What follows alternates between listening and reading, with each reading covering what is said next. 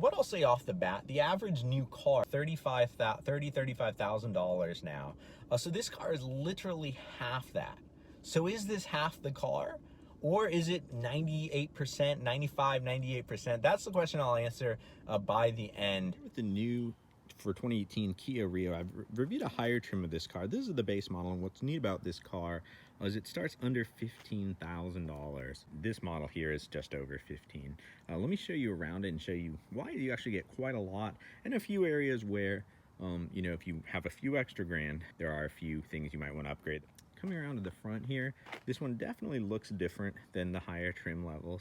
But it's still, you know, an aggressive, nice looking car. The engine's, you know, pretty small, 1.6 liter. It does have direct injection though, which is, you know, some other cars in this price point might not. As Doug DeMuro pointed out, on some of these cars, you can see down to the ground there.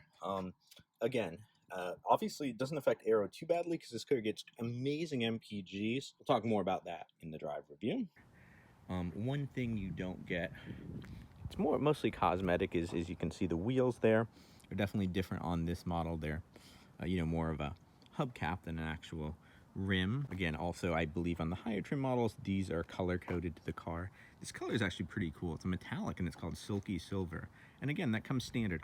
That's going to be a big theme of this video overall, just all the value. Again, in the back, I think it's good looking. I mean, it's not necessarily a head turner, but for a car in this price point, it definitely is reminiscent of like a Golf back here. Again, you can get this in a sedan form as well, but honestly, the hatchback just gives you so much extra space. So it's actually quite a lot of space. Under here, you can lift this up. You get a spare tire.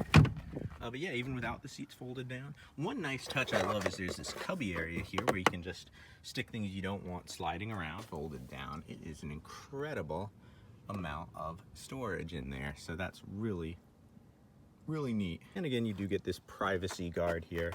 So if you don't have the seats folded down, whatever's in there is, you know, not visible to people, which is nice. Check out what kind of interior you get for one of the cheaper cars, new cars sold in America. Again, for a few thousand more than this car, you can get cars in a bigger size, things like the Mazda 3, Honda Civic, and we'll talk about that later on, whether I would go for that or this car. But, you know, 2 6-feet people, it's tight, but if you're sitting up, it's doable. So 2 6-feet people would be about all you could do in this car. Anyone significantly over 6 feet in the front is going to start encroaching. You need a smaller person in back. So headroom is really good, and is shoulder room, which I liked. You don't feel cramped. Even though I had 2 adults back here, it's moderately spacious. So you do get power locks on this car. You do not, however, get power windows, which or power mirrors. But you get a lot of other kit, but those are, you know, optional on this trim. Really loving that steering wheel. You're seeing the Audi design influence. If you see that outside, that's because Kia hired an Audi designer. You also see it, this looks right off like an Audi R8, where the knobs come down there, and it's actually functional to have those buttons there as well. Very functional. It's not automatic, but it does the job. And very nicely, these have a nice click-in feel to them, which again, you might not expect in this price car. You do get USB audio and an aux jack, which I was impressed. Storage is really good. You get this. You also get a sport mode, which we'll talk about in the drive review. You can get a manual on here. It's definitely going to make the car feel more powerful, but if you live in a hilly area, a lot of traffic, you know, a lot of people I bet will opt, even though it's $1,000 extra, for that automatic. Dual cup holders, storage again, extra storage back here, so people back here can access it as well. So very utilitarian, nice glove box there. The interior trim, like the gauges are very nice looking. They're actually backlit. They're not electroluminescent per se, but they are like backlit, so that looks nice. But again, the interior, you do get a color screen on there, and this is kind of a fun quirk. This car has more presets than anything else I've seen. Regardless, you can have 40 presets in there, and you can switch them between XM, FM, and as you see, this comes with Sirius XM standard.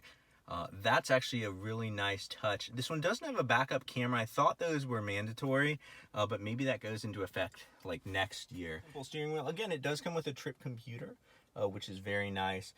And you know, you can adjust the stereo everything like that over there. So automatic headlights, again, I probably would have preferred like automatic windows or at least mirrors, but at least you do have automatic headlights. Intermittent wipers with various different settings within there. It's not just high, low, intermittent, so that's nice. And of course that controls on this model on the end there the back wiper. This interior for 15 grand, especially with the black, not terrible. One thing up here, you don't get much. You get a manual adjusting mirror, which does the job. This normally, the only lights are back here. I think on the higher trim model you get some fun stuff up here that you just don't get on this model. Of course, you get vanity mirrors. Let's see, I don't believe they are lighted on this model, no. Let's see if you do get a passenger one. You do get a passenger mirror, so, and no reading lights, things like that. You just get this one light for the entire car, but again, given the price point, that's not crazy. When we're on the subject of this one also doesn't have a remote control, so even though it has power locks, you put the key in the door and turn it.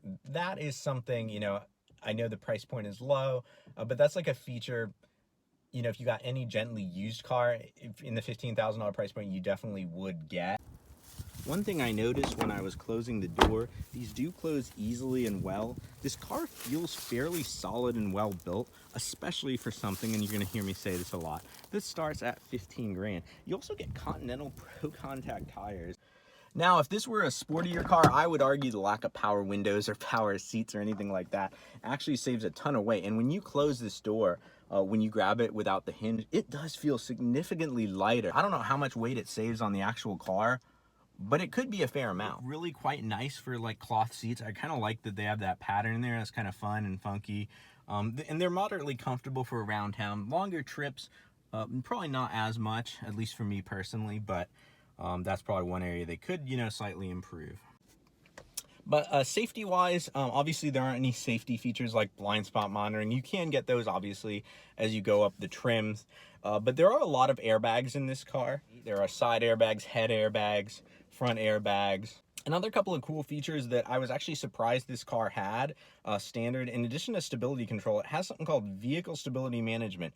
No, that's not traction control or ABS. Those are listed separately. It also has a hill assist start control, which is cool. And it also, again, has tire pressure monitoring standard on a car in this price point. So granted, there's not like a lot of luxury features, but functional features, there's quite a bit. And of course, with Kia, you do get that 10-year, 100,000-mile powertrain warranty, which covers, the big components. And then you still get 5 years, 60,000 of full warranty, which is compared to $336 for pretty much every other car that's not a luxury car. And even luxury cars sometimes give you 4 years, 50, not 560. This one has carpeted floor mats as the only option. You're going to be looking at low payments. I'm sure the leases would be low. I'm not sure you'd want to necessarily lease this car though, especially if you could get a good interest rate or just buy it outright. All right, so let's start her up and get her on the road. Again, everything that's there, I would like, a trim. Personally, I would probably get one with the power windows, power mirrors, automatic climate control, things like that. It's just something you're kind of used to. Even if you buy like a used car that's, slightly used, you would definitely get that. And I'll talk more about that later on, but let's talk about this first. For the engine, it's actually fairly powerful for the class I found out compared to like the Mitsubishi or Nissan that probably competes with this car. It's about 160 horsepower. I personally leave it in sport mode. What's nice though is the sport mode does firm up the steering. I mean, it's not like a sports car at all. I wouldn't even talk about it like one. The tires are extremely thin, as I showed you. It's not bad in sport mode, especially once you get off. The very initial, like 0 to 20 definitely takes a while. You hear the engine a lot. But once you're cruising, it's actually not like a slow car, for this class.